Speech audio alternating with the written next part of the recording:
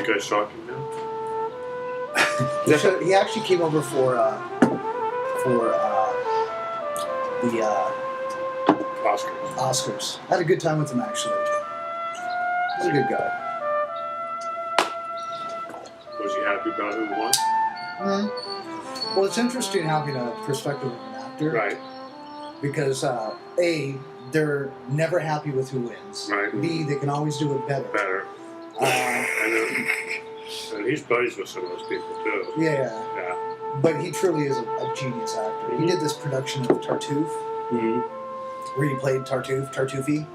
I don't know if he's in the Actors Gang or... Yeah, he's in the Actors Gang. And seriously... That Tim Robbins group? Yeah, man.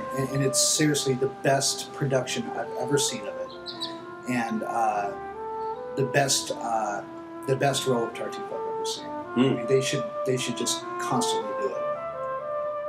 Over in even though it was true to the time period, it was still kind of rock and rolly, kind of.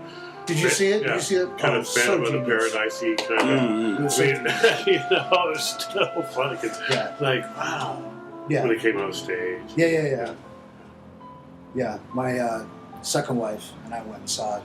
And then I went back to see it. It was genius. That's a whole that group is just it's fantastic.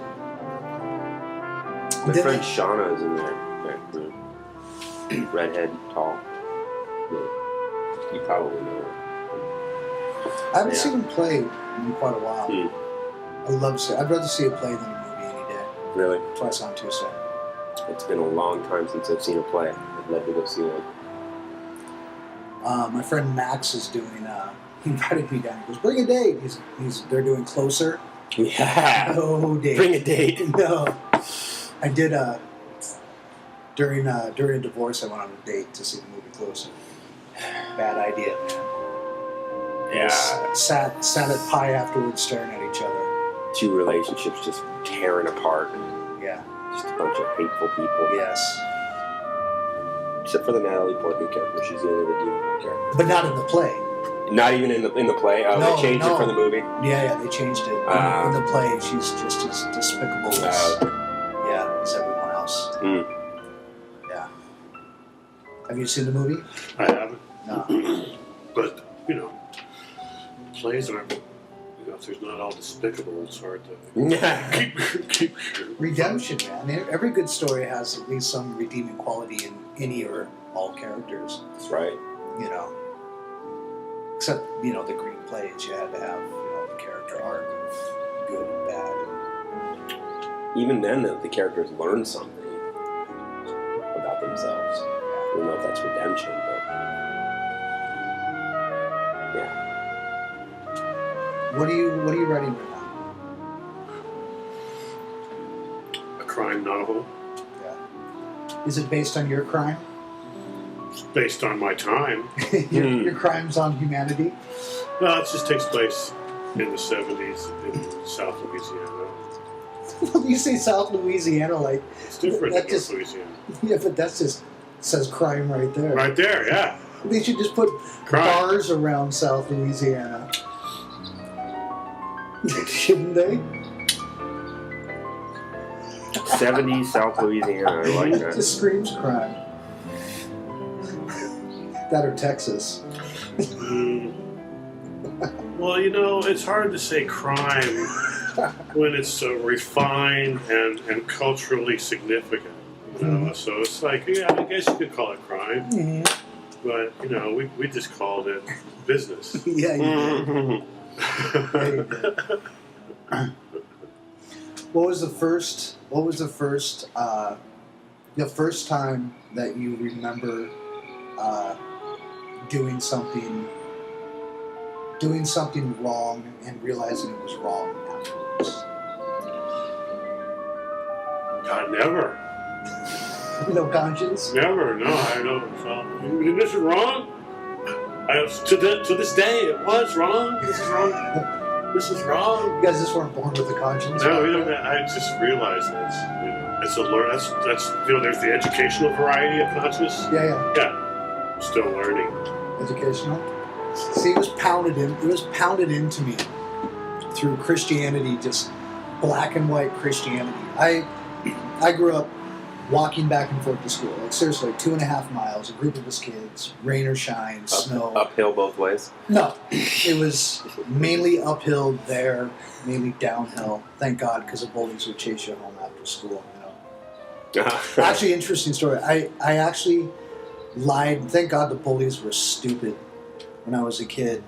I lied to a bully over and over again on the way home from school. I used to tell him that I had a twin brother, Mark. I used to lie to him and tell him that I was Mark and he was looking for Mike. And they believed you. He believed me all the time. That's awesome. Yeah.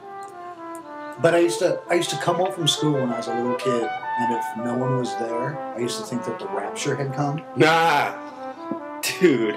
Yeah, we didn't have that hardcore. It's like, it wasn't that at all. It was very earthy. Everything was It was very, a very earthy and very like, not good that was how it was presented to me.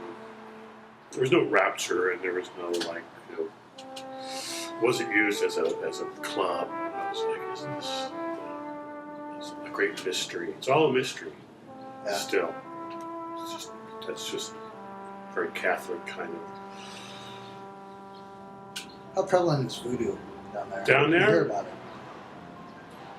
It's not like in Florida or the Caribbean, but it's really more of a it's like a touristy thing, really. Yeah. Well, you don't need voodoo when you have heavy Catholicism. Yeah, right. Same thing. You don't need voodoo. Yeah. Except the thing about Catholicism to me is like you talked about mystery, and there is a lot of mystery in there, but they like to pretend like they have it all figured out. That's like a dirty secret. Like there's so many contradictions and just stuff that you have to leap of faith to believe in that, but they like to think it's all. I guess they feel better because they think it's all figured out. But when I look at it, like I don't. You talking about ritual or? I'm just talking about the Holy Trinity and Jesus died for our sins, and the whole concept of that to me is I don't get it. Well, are you talking about ritual, or are you talking about religion as a whole?